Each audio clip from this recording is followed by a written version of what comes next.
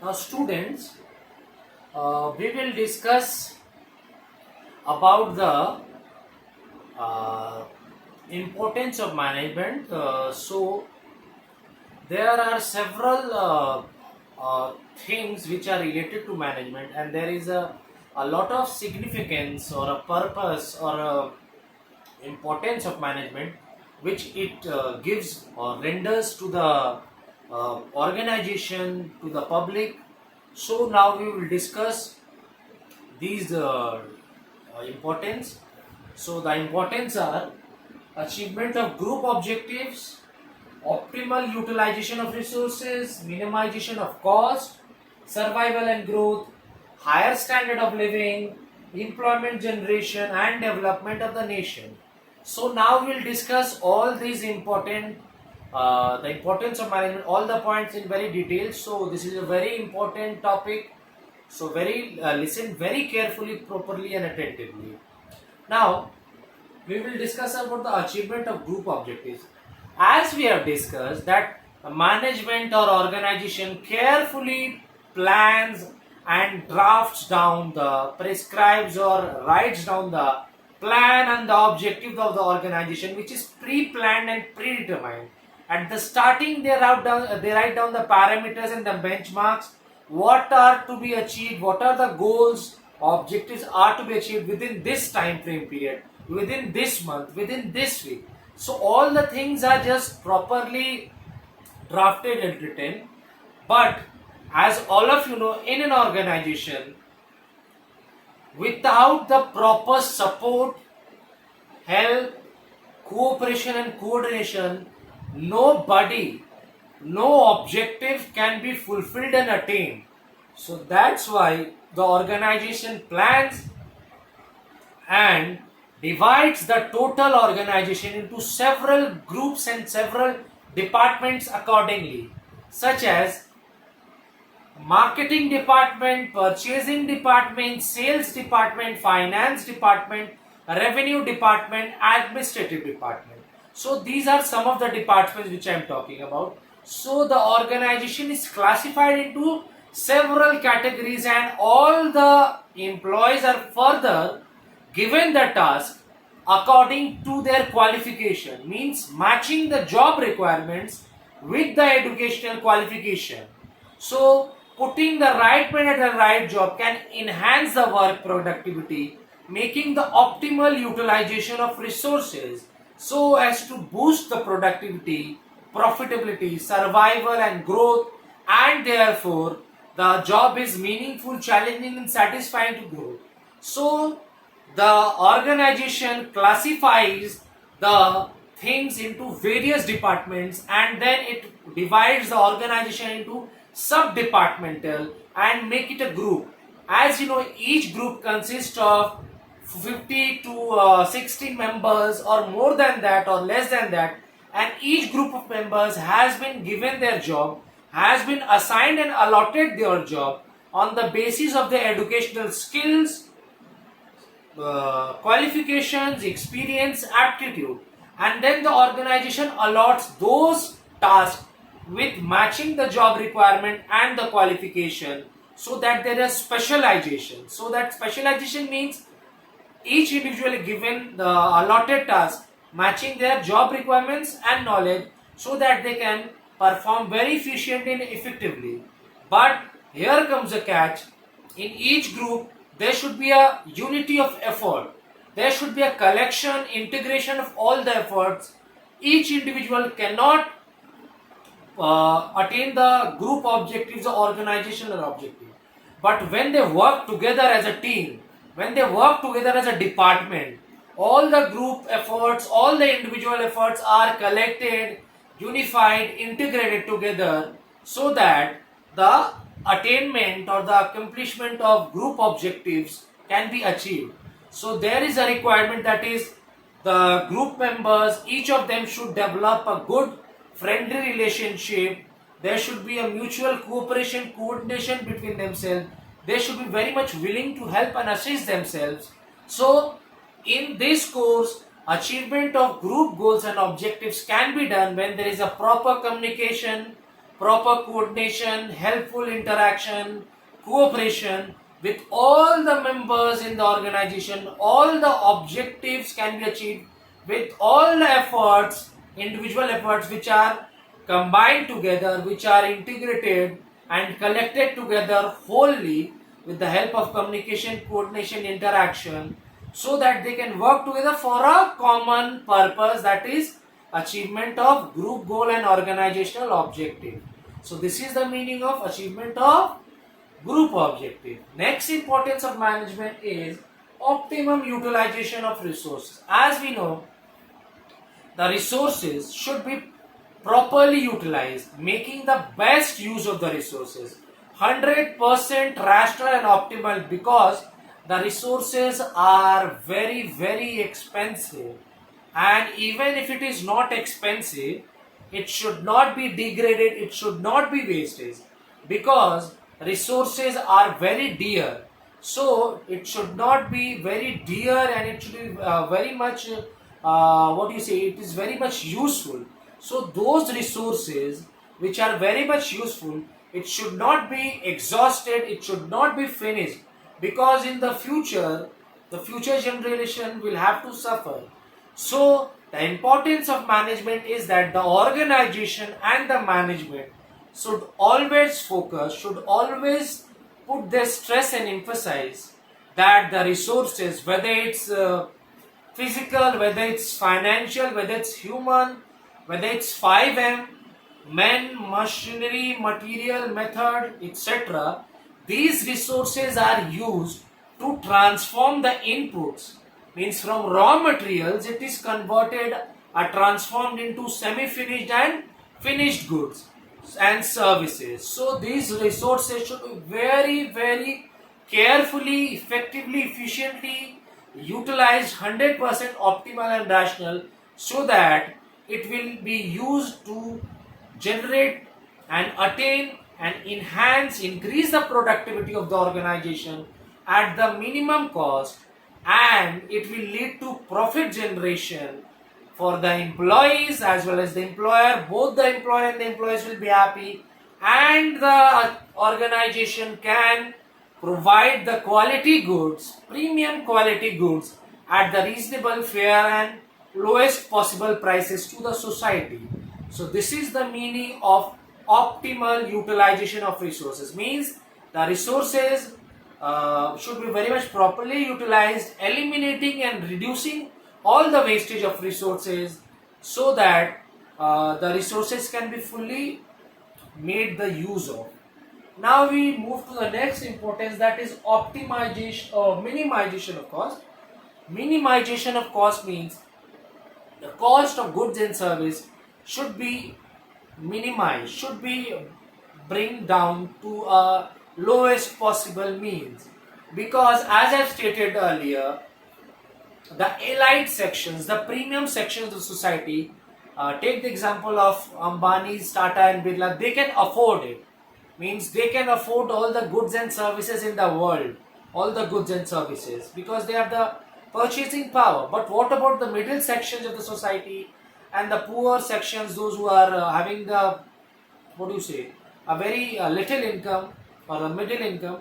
So the organization put stress or emphasize or give importance that the goods and services pricing factor should be very much reasonable. So in order to bring the pricing factor to a reasonable or to a fair, the management should put their focus and emphasize that the resources should be rationally and optimally used, thereby reducing all the kinds of wastages, reducing all the types of depletion of resources. So the organization should put all their focuses so as to make the resources, all type of resources, whether it's labor, whether it's land, whether it's anything, men, material, machinery, methods, anything it is there, physical, financial, whatever there are resources, the resources should be very much used with very full, carefully, effectively and efficiently, so as to reduce all the types of wastages, eliminating all the wastages, and thereby reducing the cost per unit, and therefore the minimization of cost will be done for the each product and services, so the middle section of the societies and the poor section of the society can avail those goods and services. So as written in the minimization of cost, because now in the modern era there is very cutthroat, of there is very stiff competition, because as you take the example, as you're all very much familiar with it, in the mobile, in the mobile or gadgets, there is a very stiff competition, which is cutthroat competition, which is coming from the foreign abroad countries and the Indian companies, because those are the things in the business environment. There are several competitors who are fighting for the popularity, those who are fighting for the profitability, those who are fighting for the, what do you say, capturing the larger customer base. So direct competitors are those who are selling the similar products, and those who are having those who wants to have an edge over their competitors. So how they can sustain an edge over their competitors, or how they can gain the popularity? Direct competitors, like in the mobile, there is Apple and there is Samsung. All of you are very much aware of it. But Apple, take the example, Apple provides premium quality phones, and only the rich, I hope so, only the rich people can afford it. Or take the example of Vivo or Oppo. So these countries thought, abroad countries, why not to launch that smartphones, but in the range of the, what do you say, in the range of the middle sections and the lower sections, so as the lower and the middle section can avail the use of, can get these products and services, use those smartphones. So direct competitors are those that they are having selling similar products, but in order to gain a popularity and sustain an edge, they have to provide premium quality goods and services at the lowest possible cost. So they have to use their all their knowledge, all their what do you say, technical things, so as to produce and manufacture those goods and services at a very fair, reasonably, and lowest possible cost. That is why it is known as minimization of cost. So in this cutthroat, stiff modern era of competition, business, if the business wants to be successful, wants to survive in the long run, wants to make the profitability, prosperity, and growth, the business should be able to produce those goods and services at a minimum possible cost, which the middle sections and the poor section of the society can purchase and avail. I've given the example Apple phone. Middle section and the lower section of the society cannot purchase because of the purchasing and income. But take the example Oppo and Vivo and other types of MI and all. So they are producing that sorts of phone with that features, but they are providing at a low price. That is minimization of cost, means using the resources at a very optimal manner, using all the knowledge technical, and producing those goods and services at very high quantum, thereby reducing the cost per unit. It will lead to economies of scale. So then the Vivo, Oppo, MI, Realme can produce this type of mobile gadgets and services at lowest possible cost, and the same applies for the management too. Now we'll move to the next importance, that is survival and growth. As I've said, there is a stiff and a very cutthroat competition, because each business enterprises wants to move ahead of the others. Each business enterprises have their rivals, because there are so many direct and indirect competitors. There are so many mobile companies, take the example. But how they can survive and grow? Because if the companies fails to survive, then the company will decline, the company will have on the verge of extinction, the company will have to shut down. But if the company wants to survive, if the management wants to survive and prosper and grow, then the management have to use all their resources very rationally, very optimally, and using all their knowledges into all the fields, all the spheres of the business. Then only they can survive, because there are so many direct competitors and indirect who are their rivals, and they are competing against each other in this race. But in order to excel, you have to push back your competitors and gain the momentum, and use the use to take all the or convert all the challenges into opportunity, and transform all the challenges into opportunity. And instead of losing the opportunity to your competitors, you should try to grab those opportunity and make the most out of it, so you can survive and grow. So here it's written, in order to survive and grow in a what do you say, uncertainty, dynamism environment, because each day new technology, new changes is happening. So the management and the organization should be very much alert, aware, and conscious that the management and the organization should be very much on their toes, very much alert to cope up and adjust with the policies, technologies, machines, so as to keep them updated and run their business enterprises. So, in order to survive and grow, the business environment and the business organization, the management should always be ready to change, should always be ready to adapt and cope up with the changing scenarios and circumstances, and imbibe all the changes regarding technology, sophisticated machines, competition, and they should transform the challenges into opportunities, make the most use of these opportunities, and don't lose the opportunities to your competitors. So there should be a continuously environmental scanning and monitoring.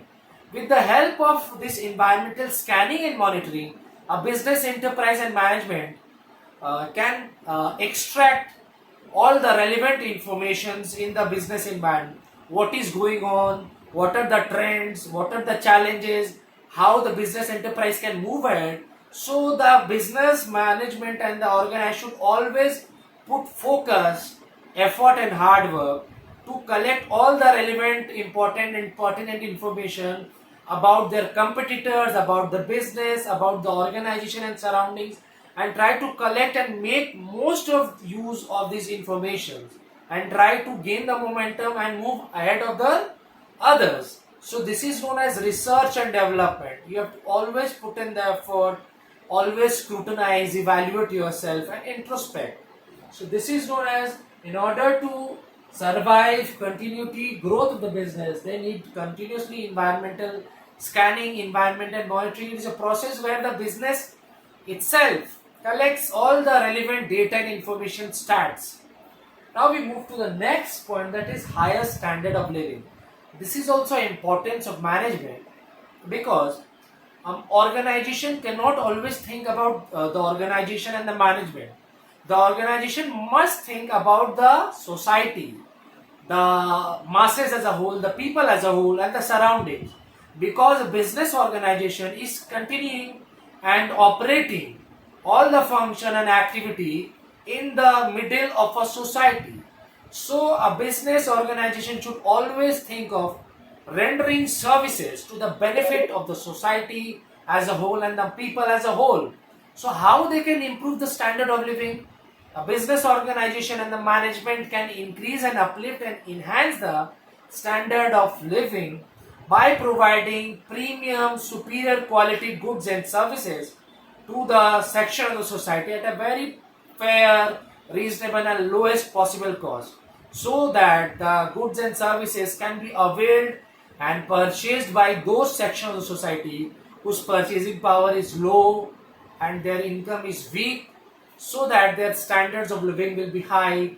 They can procure and purchase those goods and services and can satisfy their needs and wants. So only not for only business, The business organization management should think the society as a whole, and they can raise the standard of living by providing quality goods and services at a reasonable prices. Now we move to the sixth point, that is employment generation. As I said, the organization and the management is a very important and crucial tool for the generation of employment. As you know, India is a developing country, and India is suffering a chronic threat.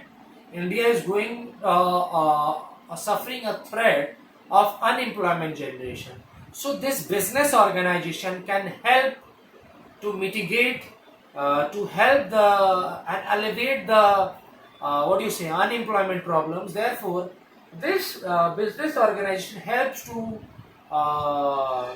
settle to set up and establish new business enterprises. This business organization, they create and establish new business organization. They expand and modernize and diversify their business operation into new ones, and thereby it leads that the jobs are because in the organization there are lots of people required for continuation of the activities and operation. Therefore, the business enterprises needs a lot of people, so they hire, recruit, select people, giving employment generations to the people. And when there is an employment generation given to the people and the society, so it can lead to flourishment and prosperity, because when there is an employment generation given, it leads to that the people who are getting involved in the organization, they are working there, their purchasing power increases because they are getting income. They can sustain their livelihood because they can run their family, they can fulfill their needs, wants and desires of the family, because from that income they are getting their satisfaction and fulfillment of livelihood. They can fulfill their needs, wants and desire. Therefore, this employment generation helps to mitigate the unemployment problem, reduce the unemployment problem. Therefore, the society gets to uplift the standards of living, increasing the what you say income power. Income power is raised in the purchasing power, means they can purchase the different sorts of goods and services. They can satisfy the needs, wants and desires of theirs as well as the family. So it leads to employment generation. And the next move, that is next importance of management, that is in development of nation. So the organization, the business organization and the management should not always think about the business, should not always think about their business organization. Merely earning profits will not help. So they should always think about the development of people, development of the society, that can lead to the development of nation as a whole. So the employment organization should always think of that development of the organization is the first priority, because if they are developed, if they are making sufficient profit generation, then they will lead to prosper, survive, they can lead to growth of an enterprise, then they can give employment generation, then the society will develop, then the nation will develop. So in this, it is an interrelated elements and interrelated functions and factors. So this is a very vital importance. So business organization will lead to the development of nation, because if they are giving employment generation to the society and the people, then obviously the purchasing power will increase. It will lead to increase in the standard of living. The people will purchase goods and services, and therefore they are paying the money to the business concern, and the business concerns therefore will pay taxes to the government. Then obviously the GDP will increase of the country, and then the nation will be developed. So the business organization should always put the focus, put the emphasis and stress and importance that the each and every resources of each territory, each region, each state should be very carefully used, optimally and rationally used, so that the enhancement of the productivity, upliftment of the productivity, goods and services production, manufacturing should be done at the very minimum possible cost. Because resources are very much expensive, and these resources should be very much carefully used, that the resources should not be exhausted or depleted, because the future generation can suffer. There are several examples, so the resources should be very much carefully used, because the resources are very much well producing. It produces wealth, it produces money for the organization. Only thinking about that uh, capital investment and the input of technical know-how will not lead to development of nation. Only the companies will think that I have invested the capital in the business, and all the machines I am using of sophisticated nature, highly